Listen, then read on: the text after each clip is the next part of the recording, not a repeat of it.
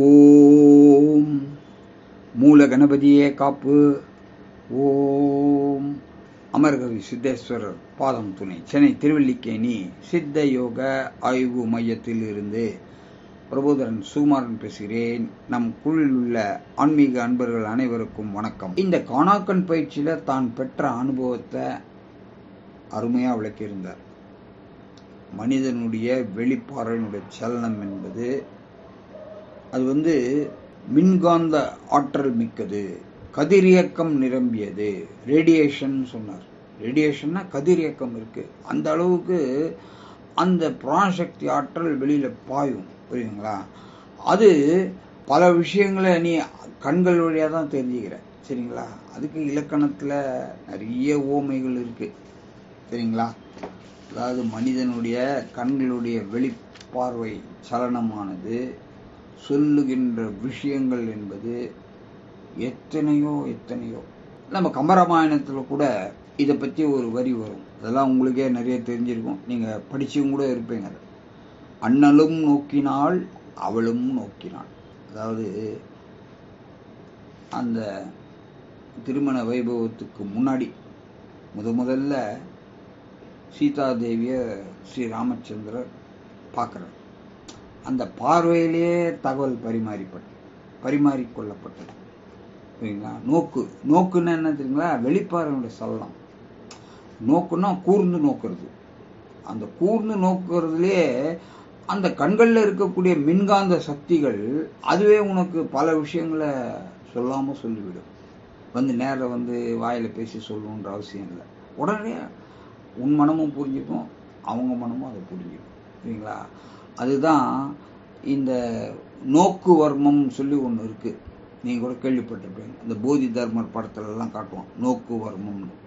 அது அந்த நோக்கு வர்மம்ன்றது என்ன கேட்டீங்கன்னா, கண் பார்வை மூலியமா எல்லாத்தையும் உன்னால் கட்டுப்படுத்த முடியும். அது விலங்குகள் சர்வசாதாரணமா செய்யுது. சிங்கம் ஆகட்டும், புலி ஆகட்டும், அதுங்கெல்லாம் அந்த பார்வை வழியாவே அதுங்களை தன்னுடைய இறைய ஸ்தம்பிச்சு நிக்க வச்சிடும். புரியுங்களா? அது பார்த்தாலே போச்சு, நம்மள அது அவ்வளவுதான், அதுக்கு இறை ஆயிட்டோம்னு அந்த மானுக்கோ அது வேட்டையாடுற இறைக்கோ தெரிந்து விடும். புரியுங்களா? அது மாதிரி அதனுடைய வேகத்துல அதை தப்ப முடியாது. நம்ம வீட்டில் வளர்க்கக்கூடிய பூனைகளை அதை பண்ணும், அனாவசியமா பண்ணும். அந்த எலியை உத்து நோக்கிட்டா போச்சு. எலி அதாவது பூனையோட அந்த கூரிய பார்வையானது எலி மேல விழுந்துச்சு. அது பார்த்துட்டா அது பயந்து நடுங்க. அதுக்கு கை காலெல்லாம் உதறல் எடுத்துக்கும், அப்படியே உட்காந்துருக்கும். பூனை ஒண்ணுமே பண்ணாது, அப்படியே லபக்கா பிடிச்சி எடுத்துன்னு போயிடும். புரியுங்களா? இது அந்த பார்வையில அவ்வளோ விஷயம் இருக்கு. அதனாலதான் கவிஞர்கள்லாம் என்ன சொல்றாங்க, பெண்களை வர்ணிக்கும் போது வேல்விழியால், வேல் என்ன கண்ணு ஈட்டி மாதிரி பாயுமா, அப்படி. அதாவது அந்த பார்வை காதலிக்கு சொல்ற தகவல் அது மாதிரி இருதயத்தை நோக்கி பாயுமா, ஈட்டி மாதிரி பாயும். அதாவது விழியெல்லாம் வாளுக்கு ஒப்பிடுவாங்க.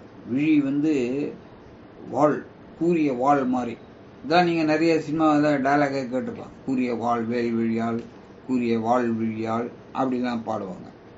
அதே மாதிரி காதலி எல்லாம் பார்த்தீங்கன்னா கண்ணு மூலியமா தகவல் பரிமாறிடுவாங்க. புரியுதா? பார்வையின் வழியாவே இவன் என்ன சொல்றான், அவன் என்ன சொல்றான், எங்க பார்க்கலாம், எப்படி பார்க்கலாம், எப்போன்றதுலாம் வாயில சொல்லவே வேணாம்.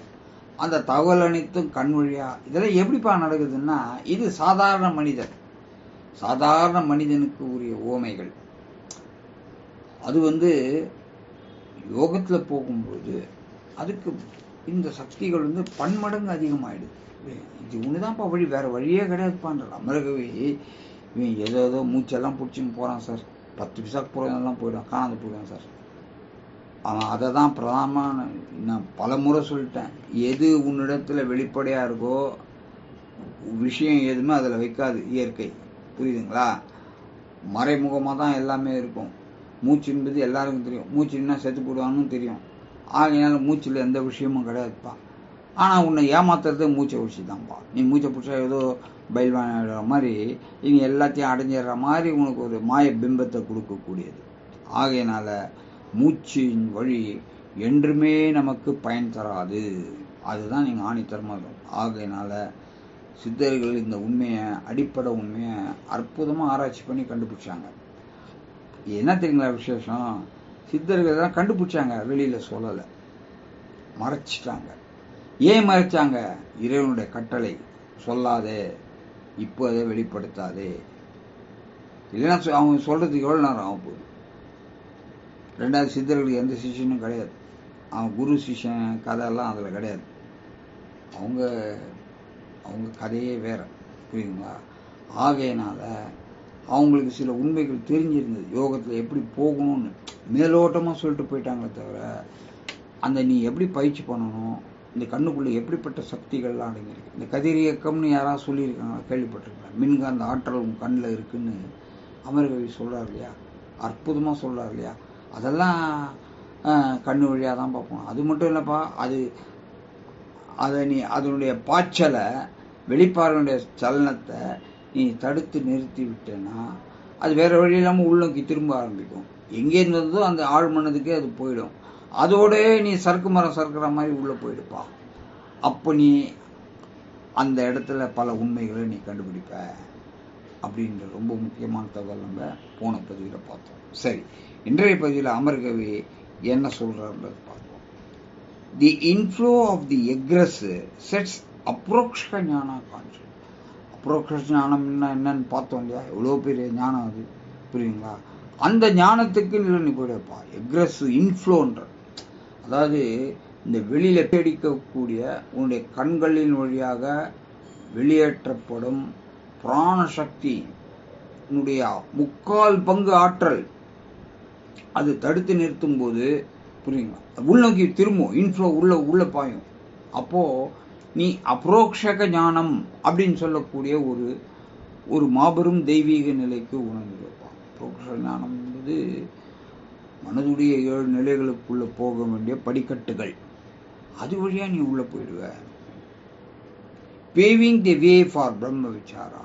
நான் பிரம்ம விசாரா நீ அந்த இடத்துல ஆழ் மனதில் தான்ப்பா நீ பண்ணணும், புரியுங்களா? பிரம்ம விசாரணை என்பது ஆழ் மனதுடைய ஆழத்துக்கு போய் தான் நீ பண்ணணும், புரியுங்களா? இப்போ இவன் சொல்ற மாதிரி வாயில சொல்லி தெரியுறதில்ல, நானே பிரம்மம் நான், அது அந்த பஜனெல்லாம் ஆகாதாங்க, புரியுங்களா? அதே மாதிரி நீ பெருமூளை சம்பந்தப்பட்டது எதுவுமே அதில் வேலைக்கு ஆகாது. இதெல்லாம் நீங்கள் மனசில் நல்லா வச்சுக்கணும். புத்தி சம்பந்தப்பட்ட எதுவுமே யோகத்துக்கு பயன் தராது. ஆகையினால நம்ம செய்ய வேண்டியதெல்லாம் என்னன்னா, ஆழ் மனதின் வசம். ஆழ் மனம்னா அது சிறுமூளையை குறிக்கும், உன்னுடைய சப்கான்ஷியஸ் மைண்ட் அப்படின்றத அது குறிக்கும். அந்த லெவலுக்கு நீ ஆழமாக போனேன்னா அங்கே நீ பிரம்ம விசாரணையை தோக்கணும், புரியுங்களா? அங்கதான் நீ அதை தேடி கண்டுபிடிக்கணும், புரியுங்களா? அந்த தாகம், அந்த வேகம், இந்த வேட்கை அப்படின்லாம் வர்ணிக்கிறாங்க இல்லையா? அதெல்லாம் அங்கதான்ப்பா இருக்கு. அங்க உள்ள போனா நீ படிப்படியா அதை தெரிஞ்சுக்க போற. அதுதான் அந்த கான்ஷியன்ஸ் ஆஃப் ஆதிபூர்வகம்ன்ற. அந்த ஆதிபூர்வகம் நம்ம கேள்விப்பட்டோம் இல்லையா? மனதுடைய 7 நிலைகள் எப்படி அது படைக்கப்பட்ட காலத்திலேருந்தே அந்த 7 ஸ்டெப்புன்றது மாறுறதே இல்லை. அது மட்டும் இல்லை, சுரங்களுடைய ஆதிக்கம், எல்லா உயிரினங்களுடைய ஆதிக்கமும் அந்த ஆதிபூர்வம். அது மட்டும் இல்லை, அது எல்லா உயிரினங்கள் 84 லட்சமும் எல்லா மனிதனும் அதில் அடங்கிடுவான். அவனுடைய அனைத்து அறிவு அவன் கண்டுபிடிச்சான் பார்த்தீங்களா? பூலோகத்தில் எல்லாமே அதுலேருந்து தான் அவன் எடுத்திருக்கான், அந்த ஆதிபூர்வகத்திலேருந்து தான் எடுத்திருக்கான். அது மட்டும் இல்லைப்பா, அதனுடைய மேல்கட்ட நிலையில் போனோன்னா ரிஷிகள் இருக்காங்க, முனிவர்கள் இருக்காங்க, பிரம்மஞானிகள் இருக்காங்க, இப்படி போகுது. அப்புறம் சிறு தெய்வங்கள் இருக்காங்க, அப்புறம் தெய்வ சுரூபங்கள், இப்படி அந்த 7 ஸ்டெப்பில் எல்லாருமே உட்காந்துருக்காங்க. அப்போது அவங்களுடைய மனமெல்லாம் எப்படிப்பட்ட நிலையில் இருந்தது அப்படின்ற அந்த ஒரு மாபெரும் கண்டுபிடிப்பெல்லாம் நீ கண்டுபிடிக்கலாம்ப்பா. அதெல்லாம் உன்னுடைய மனதுக்கு ஒன்றா வெளிப்பட்டு கொண்டே வரும், புரியுங்களா? அதான் சொல்கிறேன். originating might of cosmos into physical formulation for life on earth. அதில் தான்ப்பா நீ இந்த பிசிக்கல் ஃபார்முலா, எப்படி இந்த ஸ்தூலத்தை வச்சு இறைவன் இவ்வளோ பெரிய பிரபஞ்சத்தை கட்டமைச்சான். நம்ம எல்லாம் விஞ்ஞானம் தான் வாயை போலக்குது இல்லையா? எப்படிப்பா இதெல்லாம் நிகழ்ந்ததுன்னு, எப்படி இந்த பூமி சூரியனை இம்மி அளவு கூட பிசகலாமல் சுற்றின்னு வருது இல்லையா? எவ்வளோ ஒரு அற்புதம். சாஞ்சி இருக்கு, இவ்வளோ டிகிரி, 23 டிகிரி சாஞ்சி இருக்கு. அதெல்லாம் எவ்வளோ பெரிய அற்புதமான விஷயம் சார். பா, தண்ணியும் சுற்று, சூரியன் சுற்று, பிசகில்லாமல் சுற்றின்னு வருது, இரவு பகல் கரெக்டாக வருது, பருவ காலங்கள் கரெக்டாக வருது. எப்படி இதெல்லாம் எப்படி நிகழுது? அதுதான்ப்பா அந்த ஃபிசிக்கல் ஃபார்முலேஷன். இறைவன் அந்த மாதிரிலாம் ஒரு நினைவு, அது அந்த அந்த ஞானத்துக்கும் அந்த அறிவுக்கும் ஈடு இணையே கிடையாது. அப்படிப்பட்ட மகத்தான சக்தி. நீ யோசிக்க யோசிக்க பிரமிச்சு போயிடுவ, எப்படிப்பா இதெல்லாம் நிகழ்ந்தது. நீ எதை பற்றி நினைச்சாலும் அங்கே உனக்கு விட கிடைச்சிக்கிட்டே இருக்கும். புரியுங்களா? அள்ள அள்ள குறையாதது. அதை தெரிந்து கொள்ள உன் மனம் எல்லையில்லாத மகிழ்ச்சி அடையும். புரியுங்களா? அதுதான்ப்பா ரியல் இன்பம்ன்றதுதான். பேரின்பம் அப்படின்னா அதுதான். நீ இந்த பூமியில போகத்தின் மூலியமா அனுபவிக்கிறதா இல்லை, அதான் தற்காலிகம், அது புஷ்ன்னு காணாது போயிடும். ஆனா இது அப்படி கிடையாதுப்பா. இது இந்த ஞானம் உன் மனதில் பளிச்சிட உன் உள்ளம் அடையக்கூடிய உவகை என்பது கட்டுக்கடங்காததா இருக்கு. It is that subtle wing of matter where self-mastered culminate. அந்த இடத்துல தான்ப்பா அந்த சப்டில் விங் என்றார். அதாவது நீ ஸ்தூலத்தை ஜடமா தான் பார்க்குற, அதுக்குள்ளே ஒரு சூஷ்மம் இருக்கு, ஸ்தூலத்துக்குள்ளே ஒரு சூஷ்மம் இருக்கு. அது எப்படி எப்படி மாறணுன்றது அதுக்கு தெரியும். இப்போ எவ்வளோ அணு சேர்ந்தா ஒரு பாறையாகுது, எவ்வளோ அணு சேர்ந்தா ஒரு தனிமம் ஆகுது, அதான் இருக்கு இல்லையா? அந்த அறிவு அதுக்கு இருக்குதா இல்லையா? அதை யோசிச்சு பார்க்க மாட்டேங்க. இவ்வளோ சேர்ந்தா நான் இதுவாக மாறிடுவேன், நான் இரும்பாக மாறுவேன். இவ்வளவு அணுக்களுடைய கூட்டம் சேர்ந்தால் நான் கரித்துண்டாக மாறிடுவேன். இவ்வளோ அணுக்களை சேர்ந்தால் நான் இரும்பாக மாறுவேன். இவ்வளோ சேர்ந்தால் நான் தங்கமாக மாறுவேன். இவ்வளோ சேர்ந்தால் நான் வைரமாக மாறுவேன். இப்படி அதனுடைய அந்த அந்த கணக்கெல்லாம் அதுக்கிட்ட இருக்கு இல்லைங்களா? நீ நீ அதை ஜடமாக தான் பார்க்குற. புரியுங்க? என்னப்பா ஜடம்பா, வெட்டி போடலாம், இல்லை கரைச்சி போடலாம், இல்லை கொளுத்தி போடலாம், என்ன வேணா பண்ணிக்கலாம். அது நான் கத்தாவ போகுதுன்னு நினைக்கிறேன். ஆனால் உண்மையிலே அப்படி கிடையாதுப்பா. அதுக்கிட்ட ஒரு சூஷ்ம சக்தி இருக்கு. அதுதான் சப்டில் விங்ன்றார். அதுக்கிட்ட ஒரு அற்புதமான சூஷ்ம சக்தி இருப்பா. அதனுடைய அடிப்படையில் தான்ப்பா அதெல்லாம் நீ பூமியில பார்க்கக்கூடிய பல்வேறு வகையான தனிமங்களா மாறுதுப்பா. எவ்வளோமா கொட்டி கிடக்குது, அவ்வளோ விஷயங்கள். புரியுதுங்களா? அதுக்கெல்லாம் ரேர் எர்த் எலமெண்ட்ன்றாங்க. எப்படிப்பா உருவாகுது அதெல்லாம்? அதை வச்சுதான் நீ பேட்டரி கண்டுபிடிக்கிறான், அதை கண்டுபிடிக்கிறான், என்னென்னமோ கண்டுபிடிக்கிறான் இல்லையா? அதெல்லாம் இயற்கையுடைய பொக்கிஷங்கள். புரியுங்களா? அது மாதிரி அது மாறுது. அப்போ மாறுதுன்னா அந்த ஜடத்துக்குள்ளேயே சூஷ்மமா இயக்கக்கூடிய சக்தி ஒன்று இருக்கு. அதனால தான் இறைவன் எங்கும் நிறைந்தவன் சொல்றது காரணம் தான். அதான் சொல்றார், where self mastered culminate to self unfoldment என்றார். அன்ஃபோல்ட்மெண்ட்னா ஒண்ணுனா அழுத்து விடப்படுகிறது. ஒவ்வொரு உண்மையும் எதுல என்னென்ன இருக்குன்ற அந்த ரகசியம் இருக்கு இல்லையா, அதெல்லாம் உனக்கு தெளிவர தெரிய வருகிறது.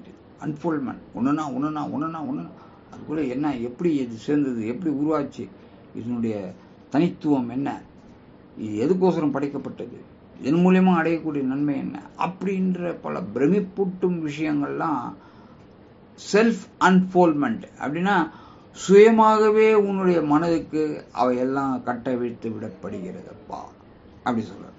பார்த்தீங்களா? அதாவது திறந்து காட்டப்படுது. இதுக்குள்ள இப்படிதான்ப்பா, இதெல்லாம் இப்படிதான்ப்பா நடந்திருக்கு. புரியுதுங்களா? அப்படிப்பட்ட ஒரு பேரறிவுக்குரிய ஞானம் அதில் உதயமாயிடும். வித் தி பிசிக்கல் பர்த் ஜடதேகா போன் டு பர்த். இந்த தாய் கர்ப்பத்தின் மூலியமா வந்தது மனிதனுடைய ஜடதேகம், ஸ்தூல உடல். இது எப்படி பின்னப்பட்டது, இதுல எப்படி கோடிக்கணக்கான அணுக்கள், அதனுடைய பின்னல்ல தானப்பா உனக்கு பல்வேறு உறுப்புகள் இருக்கு. கல்லீரல், மண்ணீரல், கணையம், இறப்பை, சிறுகுடல், பெருகுடல், நுரையீரல், இருதயம், எல்லாமே என்னது, அதெல்லாம் உன்னுடைய உடல் உறுப்புகள். அதுக்கு பின்னணியில ஒரு சப்டல் விங் இருக்கு, ஒரு சூஷ்ம சக்தி இருக்கு. அதன் மூலியமா தான் அவையெல்லாம் ஒன்று சேர்ந்து ஒரு உறுப்புகளாக கட்டமைக்கப்பட்டு இருக்கிறது. இவ்வளவு பெரிய உண்மையை பாருங்க. What is left of it is ஞான பூர்வகம் ஆஃப் ஆதி பகவான். சரிப்பா, அதெல்லாம் உருமாறிச்சு. அதுக்குள்ள எதுப்பா அங்க காணாத போச்சுன்னா ஞான பூர்வகம்ப்பா. புரியுங்களா? அந்த அந்த எப்படி அந்த பேரறிவு எல்லாத்தையும் உருவாக்கிச்சு, அதுதான்ப்பா அங்கே காணாமல் போச்சு. காணாமல் போனது. இப்போ விஞ்ஞானி அதான் நான் திருன்னு முழிக்கிறான், எப்படி இதெல்லாம் உருவாச்சுன்னு தான் நான் முழிக்கிறான். புரியுங்களா? இயற்கை தன்னைத்தானே சரிப்படுத்திக்குது இல்லையா? உடலில் இருக்கிற உறுப்புகள் ஆகட்டும், கோடிக்கணக்கான செல்கள் ஆகட்டும், எல்லாமே அவையெல்லாம் தானாகவே அதனுடைய நிலைப்பாடுகளுக்குள்ள கரெக்டாக வந்துருக்கு இல்லையா? அப்போது அதெல்லாம் உருவாகிறதுக்கு அடிப்படை காரணம் ஞானபூர்வம். ஞானபூர்வம்னா அந்த பேரறிவுக்குரிய நிலைகள். அதில் உனக்கு புரியாத விஷயம் என்பது எதுவுமே கிடையாது, அதெல்லாம் வந்துடும். அதுதான் ஆதி பகவான். ஆதி பகவான்னா முதல்ல வந்தவனுக்கு பேர் தான் ஆதி பகவான். அந்த பரமாத்மா தானே முதல்ல எல்லாத்தையும் இதெல்லாம் சிருஷ்டி செஞ்சாரு. அப்படிப்பட்ட நிலைக்குள்ள வருதுப்பா. நோ சப்ஸ்டான்ஷியேட்டட் டு எர்த்லி பேர். இப்போ இந்த காணாக்கண் பயிற்சி வழியா நீ உள்ள போற இல்லையா? சூஷ்மம் தானே அது வழியா நீ உள்ள போகும்போது அப்படிப்பட்ட ஞானங்கள்லாம் அந்த மாய திரையானது ஒண்ணுன்னா விலகிடும்பா. விலக உன்னுடைய சித்தம் தெளிவு காண ஆரம்பித்து விடும். Virtually conscious enshrine with divine. பார்த்தீங்களா? அந்த இடத்துல அந்த டிவினிட்டி, தெய்வீகம் என்பது எப்படி சகலத்தையும் உருவாக்கி இருக்கு, ஒவ்வொன்றுத்தையும் ஒரு நுணுக்கமான ஆராய்ச்சியின் அடிப்படையில் உருவாக்கி இருக்கு. அதை உனக்கு தெரிஞ்சுக்க வியப்பு பயங்கரமா அதிகமாகும். அது தெரிஞ்சுக்க அறிவு பிளஸ் ஆனந்தம் ரெண்டுமே கிடைக்கும். அதான்ப்பா எண்ட் வேல்யூ ஆஃப் தபஸ். அதான்ப்பா தபஸுடைய நோக்கம். நீ எதுக்குப்பா தவம் பண்றனா? இதுக்குதான்ப்பா, இந்த இதுக்குதான்ப்பா. இந்த ஞான பூர்வகம் பரமாத்மாவுடைய பேரறிவு நமக்குள்ள உதயமாகணும். புரியுங்களா? அதெல்லாம் எப்படி உதயம் ஆகும் அப்படின்னா முதல்ல சொல்லிட்டார். 2 வினாடிகளுக்கு ஒரு தடவை தான் பண்ணிக்க முடியும். அதுல தான் ஞானத்தெல்லாம் பெற முடியும்னு பல தகவல்கள் சொல்லிட்டார். தேவ பிரக்யா, இது தெய்வீக நினைவுகளை அளிக்கும். தேவ பிரக்யா, தேவம்னா தெய்வீக நினைவுகள் ஊட்டக்கூடியது. அடோன் ஹிம் தேர்பை, அந்த இடத்துல அவன் அதெல்லாம் தரிச்சு கொள்கிறான். a conscious living in பரமாத்மா. அங்கதான் பரமாத்மாவுடைய பேரறிவுல போய் லயமாகறோம். அந்த இடம் தான் ஓவர் இட்ஸ் எக்ஸ்ட்ரிகேட்டட் மூமெண்ட் டு பூலோக வாசம். அதனுடைய வெளிப்பாடு தான் பூலோக வாசம். நீ பூலோக வாசத்துல இருந்து கொண்டே நீ பூமியில சாதாரண மனிதனாக இருந்தா கூட அந்த பரமாத்மாவுடைய அந்த ஆதிபூர்வகம், ஞானபூர்வகம் அப்படின்னு சொல்லப்பட்ட நிலைகளுக்குள்ள எப்படிப்பட்ட விஷயங்கள்லாம் சொல்லப்பட்டிருக்கிறது அப்படின்றத நீ உணர்ந்துருவ. The spiritual solitude today prajna mark the summit of human evolution. இந்த புத்தகத்துக்கு தலைப்பே the summit of human evolution, மனிதனுடைய உச்சக்கட்ட சிகரம். அதாவது எப்படின்னா, நீ பகல் பொழுது விழிப்பு நிலையிலேயே, புரியுங்களா, ஸ்பிரிச்சுவல் சாலிட்யூட். அப்படி சாலிட்யூட்னா அந்த ஆன்மீகத்துக்குன்னு ஒரு தனிமை இருக்கு, ஏகாந்த நிலைன்னு ஒன்று இருக்கு. அந்த ஏகாந்த நிலைக்குள்ள நீ ஆழமா போக போக இதை பற்றியான விஷயங்கள்லாம் பகல் பொழுது விழிப்பு நிலையில உனக்கு கிடைச்சிடும் பாருங்க. அதுதான்ப்பா மனிதனுடைய உச்சகட்ட சிகரன்றது தான். இட் இஸ் யுவர் சத் ஸ்வரூபா. அதுதான்ப்பா சத் சுரூபம். உன்னுடைய சொரூபமே அங்க சத் ஸ்வரூபமா இருக்கு, தெய்வீகத்துக்குரியதாக இருக்கிறது. நவ் ட்ரேஸ்டு டு அகம் பிரம்மாஸ்மி. அதை நீ உன்னுடைய அகமே பிரம்மமா இருக்குன்னு அந்த இடத்துல தான் பண்ணி உணர்வ ஆஃப் தி சுப்ரீம் அப்படின்னா. It is that realisation in one that mark the summit of evolution now or ever. இதுதான்ப்பா எல்லா காலத்திலும் இதுதான், இது மாற்றமே கிடையாது. இல்லை சார், கலியுகத்தில் ஒரு மாதிரியா இருக்குமா, திரேதாயுகத்தில் ஒரு மாதிரியா இருக்குமா, துவாபர யுகத்தில் ஒரு மாதிரியா இருக்குமா, அப்படிலாம் கிடையாதுப்பா. இது காலத்தால். அதனால்தான் அதுக்கு ஆதிபூர்வகம் பேர். அந்த போட்ட 7 ஸ்டெப் என்பது அது எல்லா யுகத்துக்கும் பொருத்தமான ஒன்று. புரியுங்களா? யுகத்துக்கு தான் அது மாறாது. அந்த அந்த வரிசை முறை, நடைமுறை என்பது எதுவுமே மாறாது. அதுதான் அங்கே அமர்கவி ரொம்ப அற்புதமாக குறிப்பிட்டார். இந்த அத்தியாயமானது இன்று இனிதே நிறைவு காண்கின்றது. நன்றி, வணக்கம்.